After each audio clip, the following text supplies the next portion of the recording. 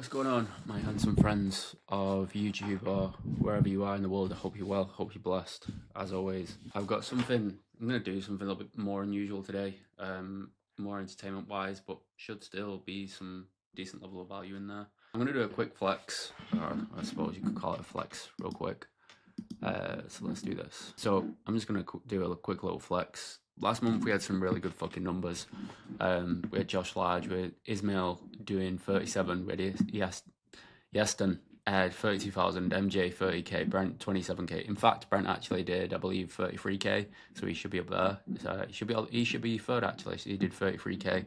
Adam did 20, closer to 26, 25. Thomas did 24. Ikra 22. Just a small fucking flex, a little bit. Why not? We had Easton 50k, so this is this month. We're coming into August, 54k for the month. First call of the week, Jay, $34,000 piff. Second call of the day, $11,000 piff. 5k in comms for the day. Good old J Pro with a 30k piff. STS framework for the first time, ending the night with 34k piff. 800 comms, 17k. I haven't seen most of these, by the way. The main man, Christian Vasquez, 3,700 comms within 30 minutes, easy peasy. Mara, she did 17k, record month. Yeston again sat in the pocket with 6k, 22k piff. This one's really good. So Thomas, this is his first time in high ticket sales ever. Came in, just literally worked on the rigs, worked on the oil rigs, saw my content and was like, fuck it, I'm going to invest. I have no idea what's going on, but I'm going to invest. Pretty similar to me. Came into this second month in and he's already done 10k incomes. Got in place on an offer as well. Brent, I've already seen that one. Thomas, 24. Frankie, 35k, 20k comms. MJ, 20k. This one's really good. It placed a Corona, the offer that I coach for now. She won a luxury holiday. She's flew back to South America and made $22,000. Most importantly, her mum has a smile on her face. That's what we do it for, boys. That's what we do it for. You know how it goes. Anyway, this one, I like this one because Benji had been in a good few programs before, and look, as you can see, I know you've been through a ton of programs. I really want this to be the last one for you, and I'll give you what you need. Shared this with Kurt, July the 2nd, crossed my first 10k month. I think he actually finished the month. This was a few days before last month, so he actually finished at the month at 14k comms, easy peasy lemon squeezer, and we'll go from there. Regardless, quick little flex. So what I want to focus on today is this guy. This guy came across my YouTube I believe it was a couple of days ago. So I thought I'd save this call and give it a watch and do like a quick view. JP Egan closed $6 million in sales, but watch this full call I couldn't close. I like that, by the way. Like, shout out to I don't know if his full name's JP, but shout out to like JP. Like, I promise you now, there's not a lot of people that would do that. Like, I personally do this. So if you go here, for example, I'll give you some insights. So if you go here, Kurt's own sales calls, no sale. There's pussy, no sale. Like, there's a few calls in there that I put in with no sale because I think it's a good reflection to show you that not everybody can close. And one thing that actually changed the game for me pretty well was I remember paying, when I was in my early stages, I remember paying somebody for a call that they couldn't close because I was so caught up in like, why can't I just close this person? And it's the fact of the matter is you just won't close everybody. If you think you can, you'll send yourself in you'll send yourself into self-sabotage and it just won't be helpful. So I think it's really important to kind of put this out there and show the fact that not everybody's going to close. So actually, shout out for this guy. He got a good haircut now. Let's have a look. I believe he closes for 7th level. I want people to be aware when you see, because I've only ever closed for like offers without that much awareness, like quite a cold audience and stuff like that. So like with 7th level, for example, everybody knows who Jeremy is. Like, people, just your normal person is probably invested in Jeremy Miner's program. So they all know how it works. So they're pretty primed when they come on the call. So the way this guy behaves and how he's able to close more than most people is because a lot of his calls are probably upsells or they're primed more than your usual buyer. and the salespeople as well. So they should typically know how a sales call goes, and they should have less. They should be aware that they're just giving BS objections. So it's a little bit easier and more congruent to be able to overcome them. So I think that's one thing to be careful when you watch stuff like this, and try not to replicate this too much, because I think that can be dangerous. Let's have a look. Anyway, my good friend JP, if you're seeing this, hope you're well. I know you're well.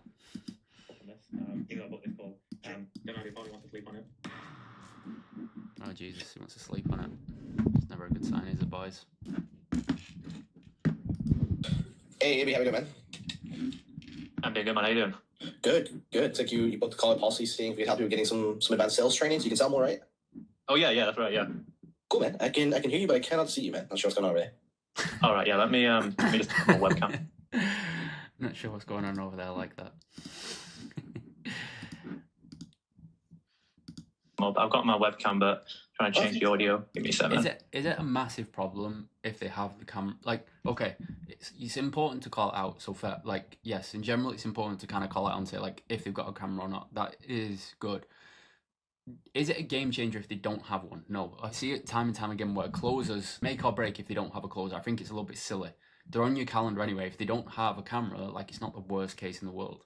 Or if the camera's broken or they don't want to be on camera. Some people are more than happy to buy without being the camera, and I've sold a good amount of people without the camera.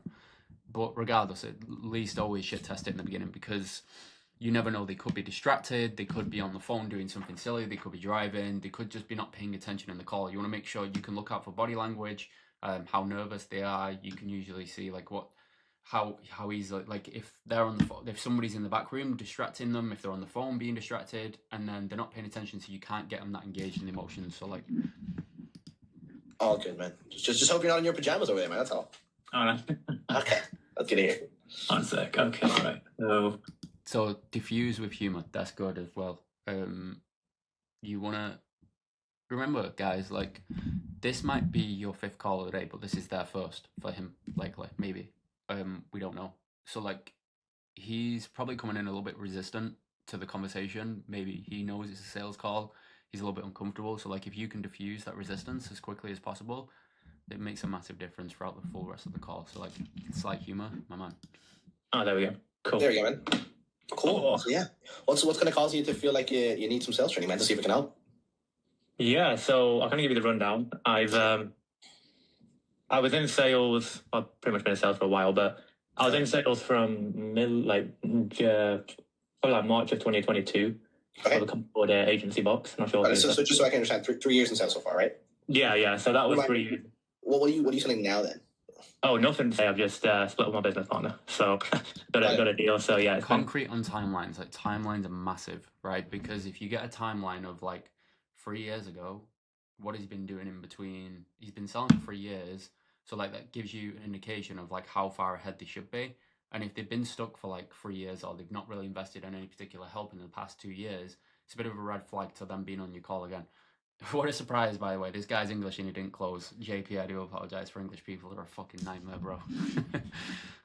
I've been a bit of a... I don't think I'm bad, but I just... Mate, my head is fucking killing me, by the way. Shit. I've not been in the game for a while, so I'm like, okay, let me just... I'm gonna go back into it again. I can get off it. Like as Jeremy says, right, there's always a 4. So, okay, so what's important there is this guy's trying to defend his situation. So let's go back. Now then. Oh, nothing to say. I've just split with my business partner, so got a deal. So yeah, it's been a bit of a...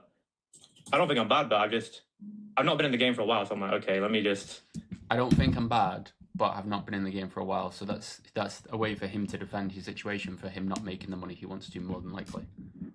I'm gonna go back into it again. I can get off it. Like as Jeremy says, right, there's always four types of salespeople, man. There's like the winger who like never gets sales training, right? He just reads books, maybe some YouTube videos, and thinks he's good. There's the dabbler, man, who kind of just, again, never gets sales training and just works from time to time.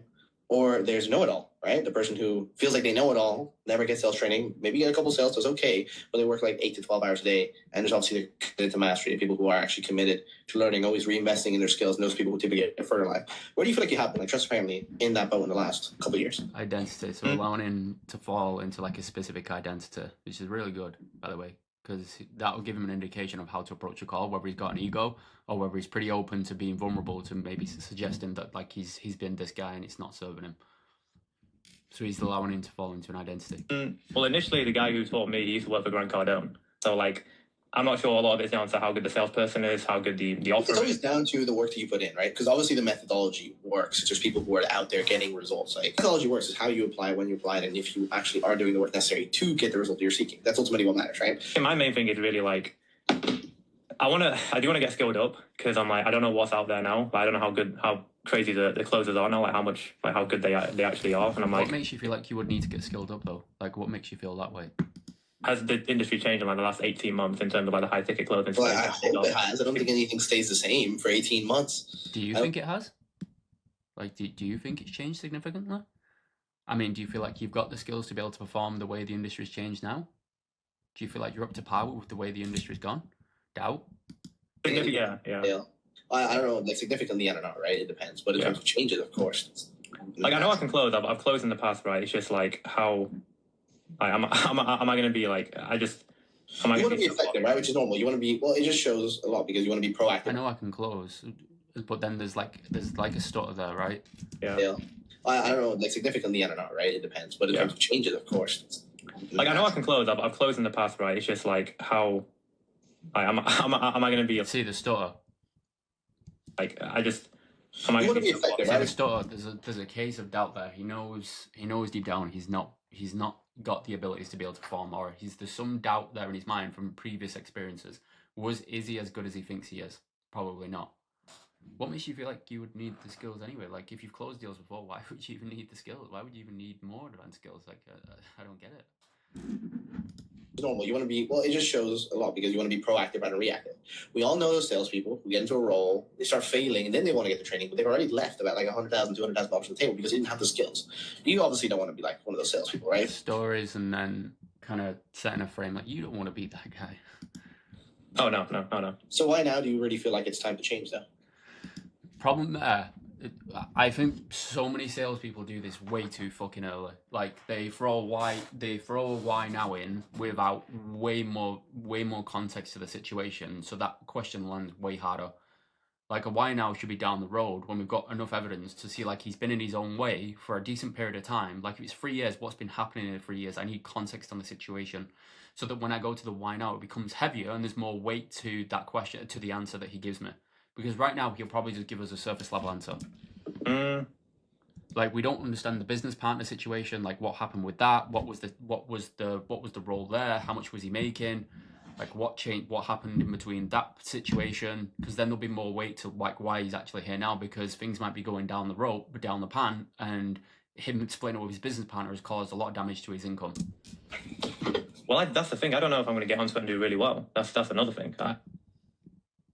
Too early. I don't know what to expect, right? I've had a lot of people tell me like you are good at closing. Again, like, his ego is so in the way here. Like, if you don't, you need to create a little bit of doubt because he's on the call, but other people have took. Well, everybody says you're good at. Do you believe you're good at closing though? Like, do you believe if you jumped on an offer now, you'd be able to close as many deals as you think? No. What makes you say that? How come you said no? What made you say no? Doubt. Just creating doubt in his mind. But I kind of sometimes doubt my abilities. But once I actually get into it, once I start getting reps in, because you would doubt your abilities if you haven't done anything. Number one. Number two, also if you haven't consistently done training, because it's like being a construction technician worker going out there and not. I think this is the difference between being on like an offer like Jeremy's and selling sales training, because like these guys are so aware you can make statements like this, but like doing stuff like this on your typical offer, it won't work as well as you think. On a college for 4 years and trying to expect to be a professional at it if you don't really have the skill or learn the skill to do it, right?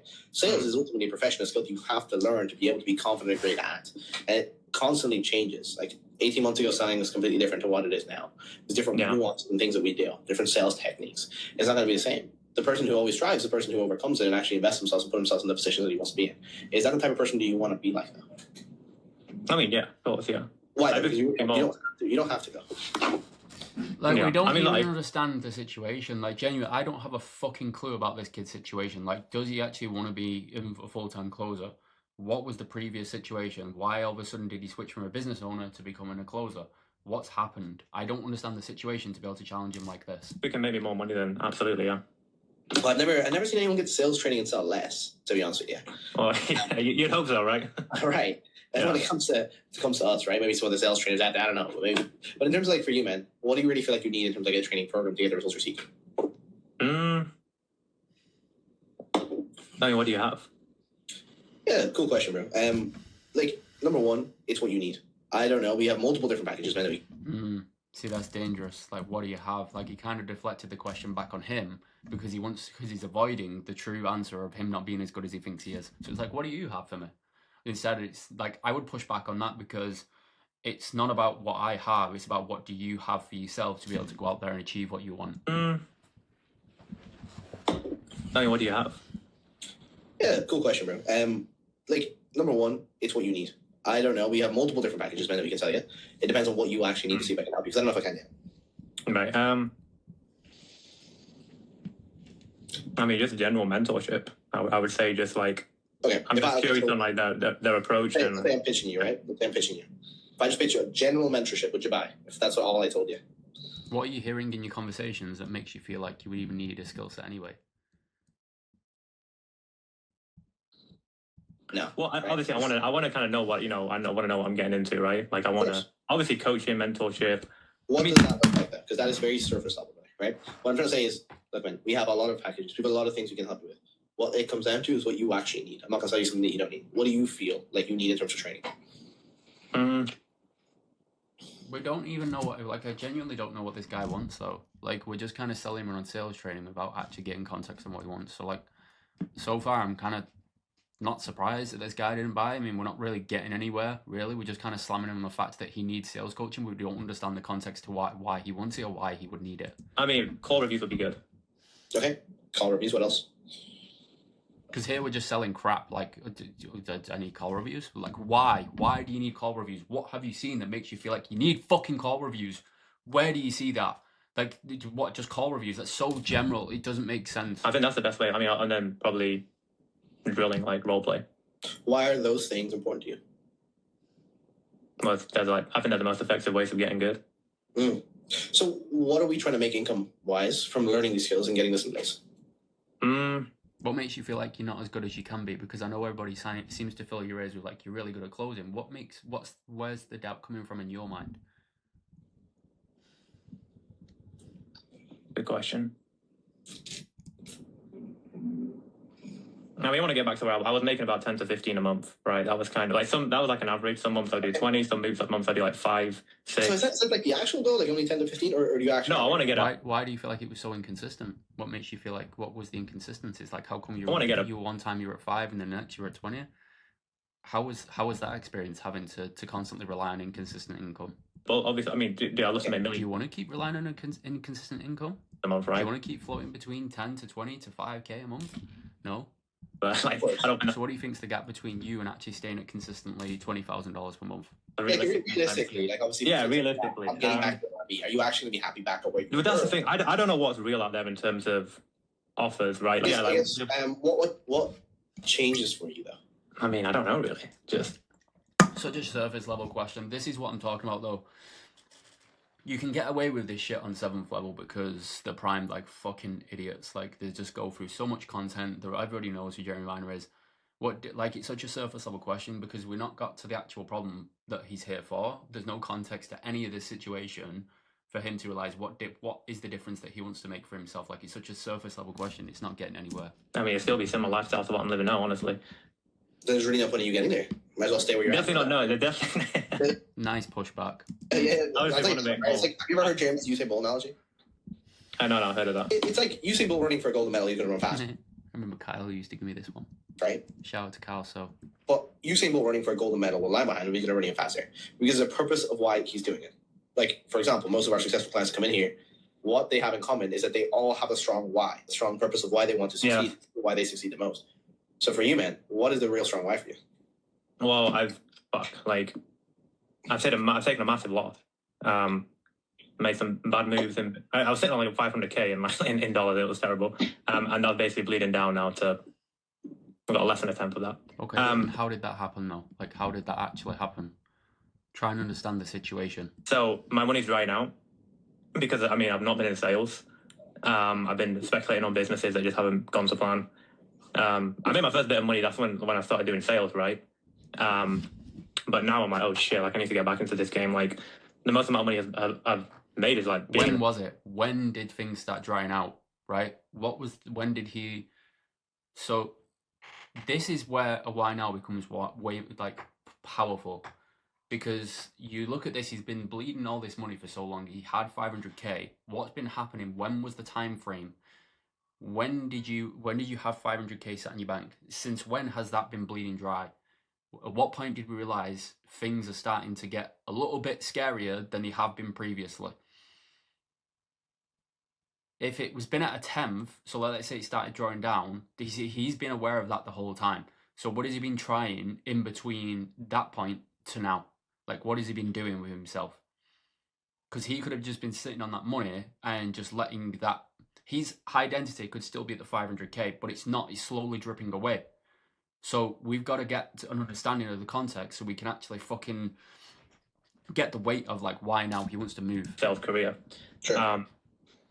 So yeah, man, it's just getting back to where I don't want to get back to where I was when I get past that, but yeah, I've just been taking a lot of losses over the past fucking. But just because, understandably, right? And that's it's not the losses that you take, but it's how you overcome them, right? That's what really determines a person. I'm not sure if you ever heard, but Elon Musk, like, do you know how many business he started before he became like really successful, became Tesla, how successful he is now? He did a few, right? Didn't he? I don't know. Like 9, man. So like, man took a lot of losses, and so have you. So have I. Everyone's taking losses. What determines someone who's hyper successful, someone who isn't, is how they overcome these losses. What do they do to put themselves in the positions that they need to be in? So for you, man, it comes to really looking at you. Like, why hasn't he already got into sales? Why does he now want to get into sales? Like, what's?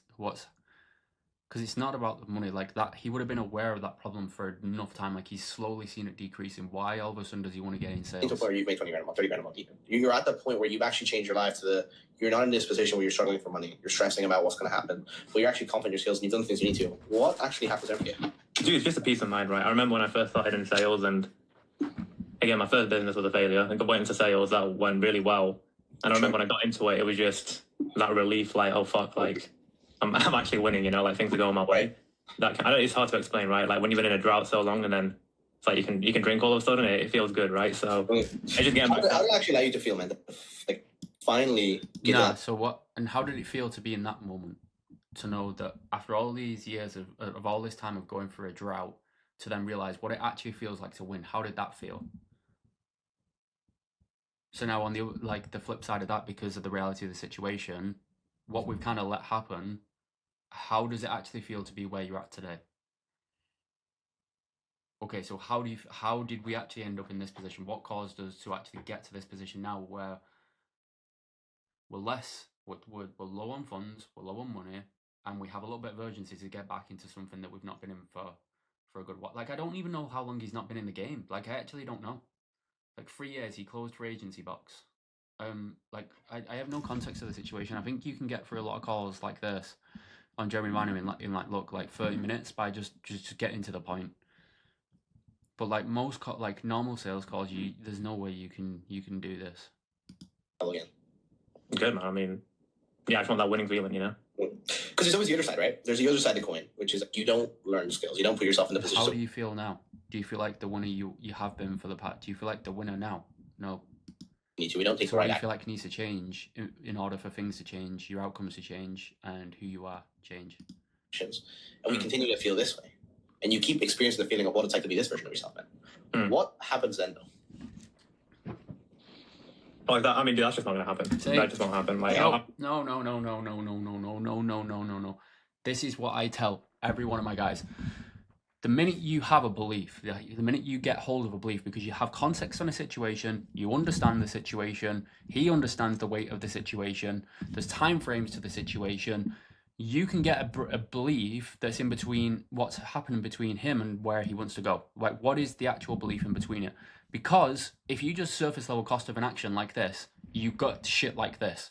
But when you actually get a belief behind the thing that's caused him to be in a bad spot, then you cost of an action that belief. If that behavior, if that belief, if that continues another year, if that, like, look at it this way. So you've kind of been holding on to like this identity, and the problem is it's become a part of you and your ego. Now, the problem is if we always act and behave out of that identity and we never actually do things that we need to do because our ego is through the roof. If we continue to allow fear to hold on and we continue to allow this ego to stand in the way of making decisions, what are we looking at another year if this carries on? If the same situation that we're in now goes on for another year, another 2 years, another 3 years, is that a concern to you? Yes. How come?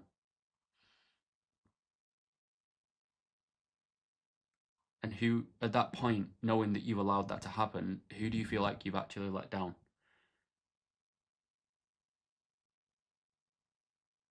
Myself. Who most importantly though? Like when you think of the most important people around you that you want to support and you want to provide for, who else are you actually letting down? Yeah, I'll get myself out of that. Let me share a different perspective with you, all right? I appreciate you sharing that. Like saying AA is not going to happen. I like the motivation. The one thing I'll say. The whole point of that rant, by the way, was if you class of an action like this surface level crap, this is what you get. If you surface level a bad belief, a bad behavior, you don't get this shit because the way I see it is like I've had evidence of X amount of time frame that they've been holding on to this limitation, and they can't say they're not going to do that anymore because it's just proof. Like I have evidence. Like what do you mean? You've been doing this for 2 years. Why all of a sudden are you now willing to change it? It's just not the reality. So like you can't push back on me with that. Is that do you know why humans change? I mean, inspiration or desperation. I'm back. Shout out to JP again. The fear of pain now or future is why they actually change. And is it a crazy thing for me to say, man, that like the reason why we possibly haven't changed the situation, haven't gotten to where we need to be, is because we actually haven't internalized or visualized what actually happens if this continues? It's hard for me to think about it because I just know it won't, but let's say hypothetically it did. You know it won't, but it's hard. Well, this is the problem, right? It's hard for me to think about because it won't. Well, what's been happening for the past X amount of months? Because if I remember correctly, you had 500k in your account. Yes.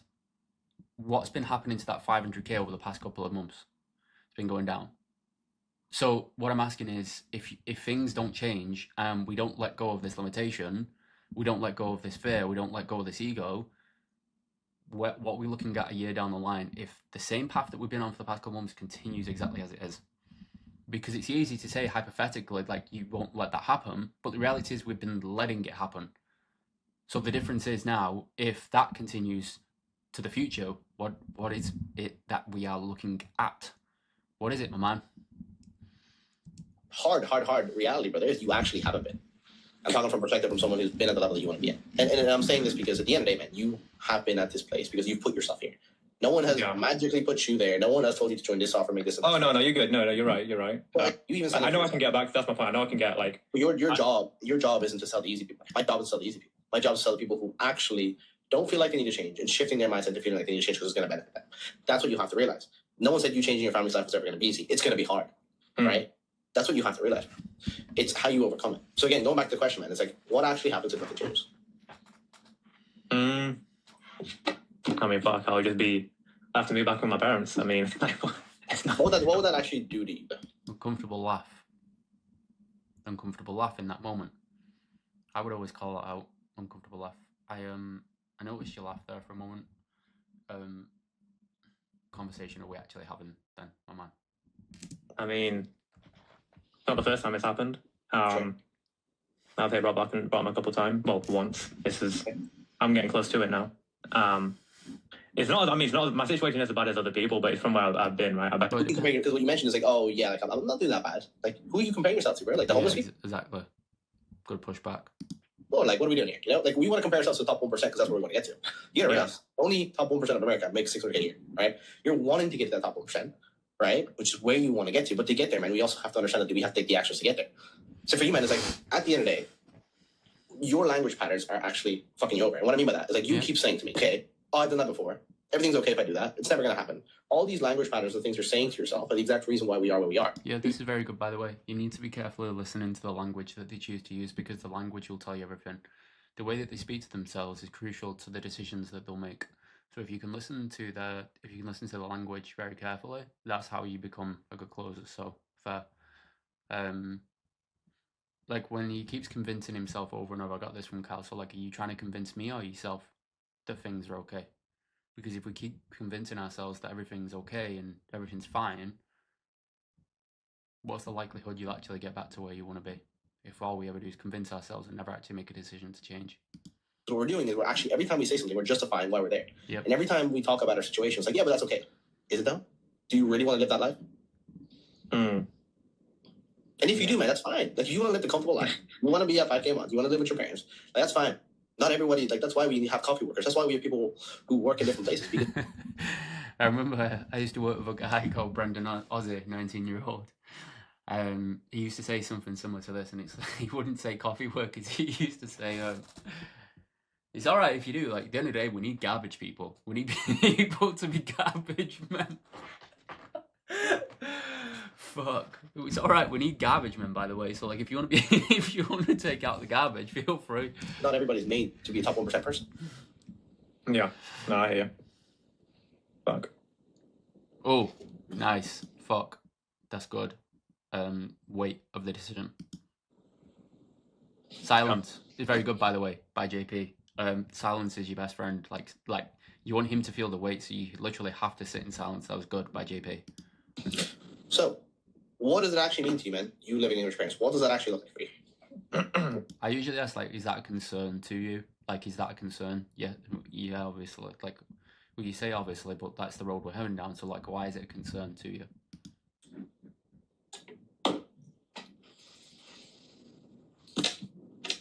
I mean, it's just not a good. Yeah, it's just not ideal. You know, it's just not.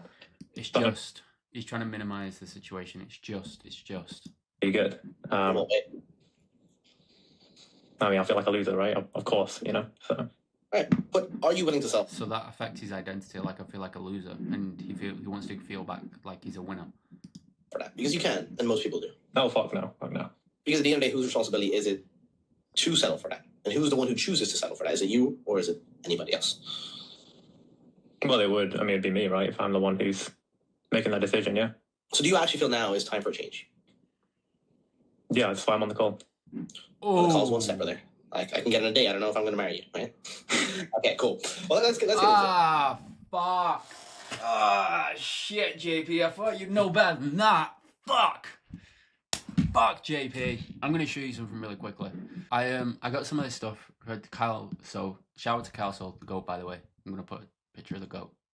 But I got a lot of this stuff from Kyle. And this one here, a lot of sales rep is like, when people say that's why I'm here, it creates like it's like a false, it's a green flag usually to like most basic level sales reps. They think, yes, like they're sold, they're fucking sold. So they usually lower the guard down and they think, fuck, this guy's here, like he's on the call because he wants to buy. Such a dangerous place to act from. Them saying that's why I'm here is usually deflect to pressure. And that's exactly what this guy did. He completely deflected the pressure and avoided explaining their deeper fears, objections, or goals. So this is usually knowing that we haven't accomplished what we want in X amount of years. How does that feel? Well, that's why I'm here. So but basically what he's saying is, let's not go deeper. Can we keep this at a surface level? So Kyle Soul's got a masterclass in analogy when it comes to overcoming this one. I'm not going to tell anybody of it because I think it's Kyle's, and like, it's so fucking good. Like, I remember seeing it on a call for the first time. I was like, holy fuck, that is good. But Kyle's like an absolute genius. So here's just one that I kind of come up with, just because everything I relate to is the gym, and most people go to the gym. So there's people out there in the world, and every day they swipe their gym card, walk inside, and they leave 5 minutes. They leave after 5 minutes, knowing that they're not where they want to be, with the mentality of they'll start tomorrow. How much progress do those people make? So what does that show you about just being here? Or that's why I'm here? What does that show you about that's why I'm here? So, like, I want them to get to think that, by the way, if you want this complete document, I'll send it over. Just send me a message and you. But you want them to get them to realize that it's not good enough. Kyle's analogy is way better, but if you get that on a sales call, to be very aware that that's not a good thing. Don't be an idiot. Did you notice what we did there, Sega? Like, from that sales call? Yeah, no, you're definitely very good at bringing out the pain points that I've resisted now, and I was curious. I was like, let me just resist it. am I doing it to you or for you? That's the question, right? Yeah. Because if you get to see this perspective, rather than you just being stuck in your perspective, what are you going to do? You're going to get the training, get the results, and get the things you need to. So I'm not doing it to you, I'm doing it for you. That's what you have to realize. Well, let's get into it, man. I do want to recommend your program that we do have, right? My recommendation would be the program that I recommend for you, man, would be the NEPQ 3.0 program, right? Yeah. No, it's $9,800, which is I think £77,000, something like that, right? Yeah, like £700, yeah. Yeah, Okay. so somewhere around that range, $9,800 for you to get in, get the training, get the skills, so you can put yourself in that position. Yeah. Okay. What about in different industries? Because obviously this is B2C, right? Like, if I'm selling one, I don't know what the offer I'm going to be on, right? Like, I just, for me, like, when I'm selling to somebody who is a business owner that's making a shit ton of money versus someone who's fairly new, is I need to stop you there for a second. Are you going to be selling to robots, or are you going to be selling to humans over there? What's going on, man? no human, but it's like, Okay. Yeah. Nice. Yeah. So even if they're a business owner, even if they're a different perspective of life, even if they're an A-type personality, they will be sold on something called emotions. That's what we sell them on. The principles will stay the same. Yes, will wording have to change? Yes. Will the way you approach that conversation have to change? I think the best way to sell like A-types or B2B is usually data in the beginning. You're definitely not going to get into the emotion straight away, but if you can get the data so that they hold a little bit more weight, the emotions just naturally play into it. Yes, principles and the outcomes that you're trying to get at every stage, do they change? No. Do the way that prospect actually buys changes because they're a human? No. They will buy in the same way. That's what you have to understand. There is a part of it where it's like, 9,800, like, can I do it? Yes, I can. But it's like, I mean, it would have been a lot easier, like, fucking a couple of years ago. Yeah. Well, the thing about scenarios is that we can't look at, like, where we were is where we are. Well, that's what do you want to do then? Like, the whole reason you're in this situation is because we've allowed the past few months slip to this point. Like, whether we like it or not, that is the reality of the situation. So it's what you're not changing, you're choosing, my man. So do you want to change, or do you want to keep accepting the fact that we're not where we want to be? Now, and number one, not what happened in the past, what we can do to fix the past. That's the difference, right? It's not like, okay, cool, we were at this position, now we're not. It's like, no, what can we do to put ourselves in a better position? And that's what you have to look at, because most successful people, when they look at this, they look at how we can overcome it, because it's all on the way that you view money, right? That's all it comes down to. Most successful people don't view money as a problem, they view it as a symptom. Why? Once you have the skills. Just talking at him, like, there's points in the call when you talk at them when questions aren't landing as well. There's certain points when it comes to that. But, like, I think too much coaching as opposed to asking questions here now. What are you going to have more of? Money, right? Yeah. There you go. You not having the skills will cause a lack of what? Money. I can help you with the investment, right? What I can't help you with, though, is the actual commitment to be willing and wanting to change to put yourself in your family in a better position. So that's something you're committed to. Yeah. See, I'm not used to being on this side it's usually me on the other side, right? I'm not used to this. Oh, God. I still don't understand why this guy wants to get back into sales. I just don't get it. I don't understand. Like, is there actual clarity that he wants to get into sales and why? Like, what happened with the business partner? What's happened with the business? Why is it always so up and down? Why does he feel like he's not got the skills to be able to go out there and perform? There's no context, I feel like. Well, it's good because you're being congruent, man. You're going to start asking people to do this and buy and trust in you. Same thing that you're going to have to do to be able to open up that. Okay. I do want to be transparent. I'm not just speaking to you as well, like, in terms of getting help on this. Even though I bought this call, he's basically selling me, again, it's $9,800 a month, but he wants to work with me a bit more directly. $9,800 a month? Not a month, like one time. $9,800 like one time. I'm also considering that as well. Got it. Cool. So he's charging $9,800. He wants to work with you a little bit more personal, right? So what do you specifically feel? Like, let's say money was out of the equation. Who would you actually go with? Everything you've heard. Who would I go with? See, I don't know, man. It's a tough one because I'm not going to, it's like, you're not going to know until you actually buy the product, right? Because I don't know how much of sales is really down to, I think closing is, don't get me wrong, I think closing is important, but as I've gone through, like, for example, when I tried to do my own sales training thing, right, we literally, my close rate shot down completely. It just went so down, like, as opposed to when I was doing the agency thing. But that agency, it's called Agency Box. They had a brand already. They had a YouTube presence. Like, we didn't have any of that stuff. So that's the thing, right? It's like, of course, the offer matters. That's of course, right? Yeah. But also the person who's because there's companies, there's people who are. Again, what does that show you about your skill set then? Because you couldn't close on your own offer when you didn't have your own brand or you didn't have an audience. Now, when you went to an offer where you had a brand and audience, you had the ability to close. So what does that show you? You actually don't have a skill set unless you actually have laydowns. For example. By the way, shopping around objection, this guy's looking into two different programs. Either way, they're going to work. Like, either one are going to fucking work. The problem is he doesn't trust himself to do it. That's the issue right here. When people give you a shopping round objection, it's usually because they don't actually trust themselves. They don't know which decision to take because they're putting too much emphasis on the person. Hey, you need to get me to where you want to go instead of I'm going to get myself to where I want to go. But the problem is I don't trust myself to get me there, so I need to make sure I make the right decision with the right person because I don't trust myself. That's the objection. Right, like just number one, number two. Number two could be making 30 grand a month, number one could be making 70, right? For example, or my situation. The reason why number one does that is because he has so much of a skill gap. It's not because of leads, they're getting the same leads. It's about the skill gap. The question is, you want to learn it. He's got the right approach. Like he knows exactly what he's doing. I think if you can ask more question based as opposed to statements, like this would work way better. Skills to put yourself in a better position. Or do you want to be the guy who just always says, "Oh, it's the offer," and doesn't actually control the controllable, which is your skills, to put yourself in a better position. Because the only thing you can control, obviously, the offer, picking the offer. But once you get in the offer, the only thing you can control is what? Your skills. Yeah. You can't control anything else. How in control of your skills do you feel like right now? Question. Like, how in control do you actually feel right now of your skill set and your ability to having a consistent income? I don't. So what needs to change in order for things to change so you can have a consistent income then and actually live the life so you don't have to go back to your parents? Controllable is what we have to concentrate on, not the uncontrollable. Yeah. So if we concentrate on that, we can put ourselves in better positions because we're actually doing productive things. Yeah. The thing, I've not been on a real offer in like 18 months. So I'm like thinking, okay, do I get back onto it? Okay, let's see how it goes. I'm going to be rusty the first maybe few days. Let me ask you a question then.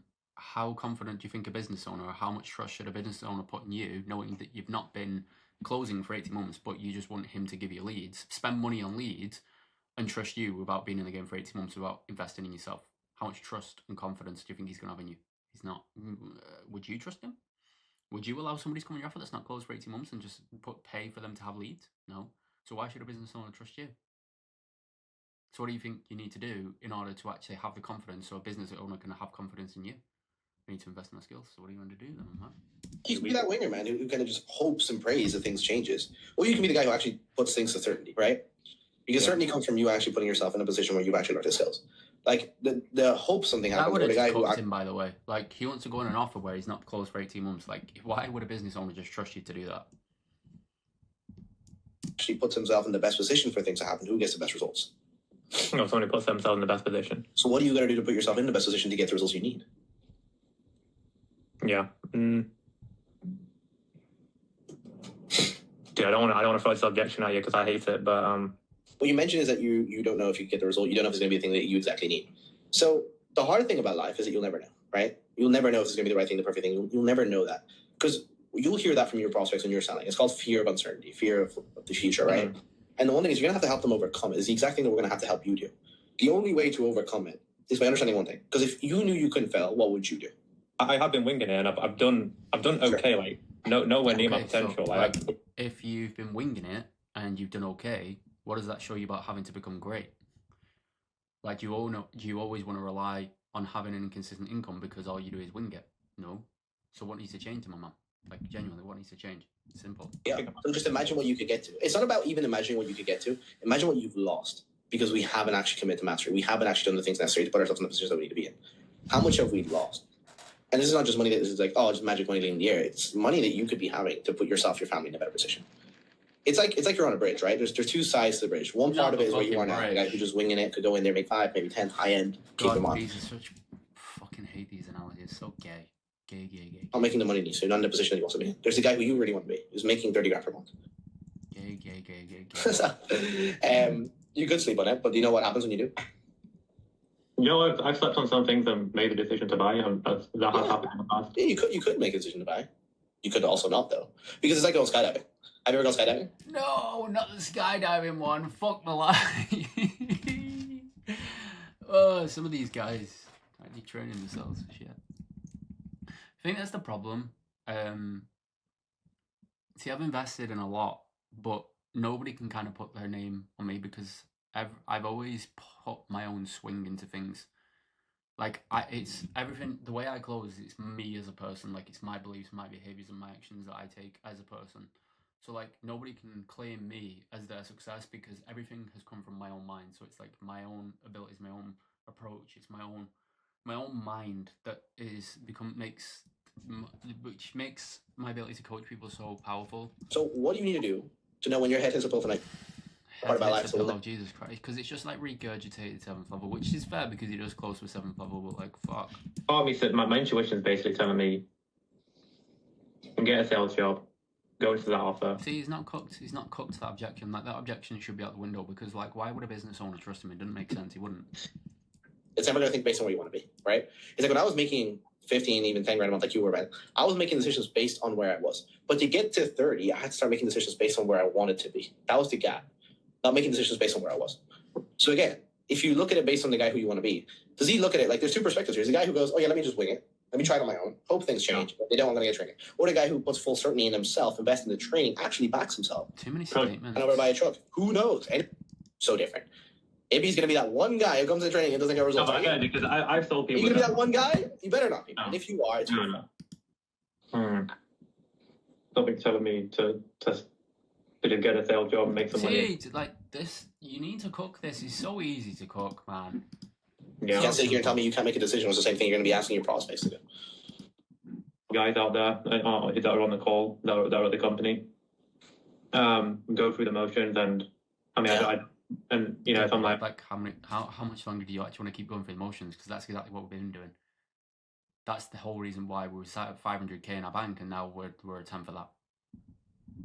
Like, correct me if I'm right or wrong, but that is the reality of the situation. Yes.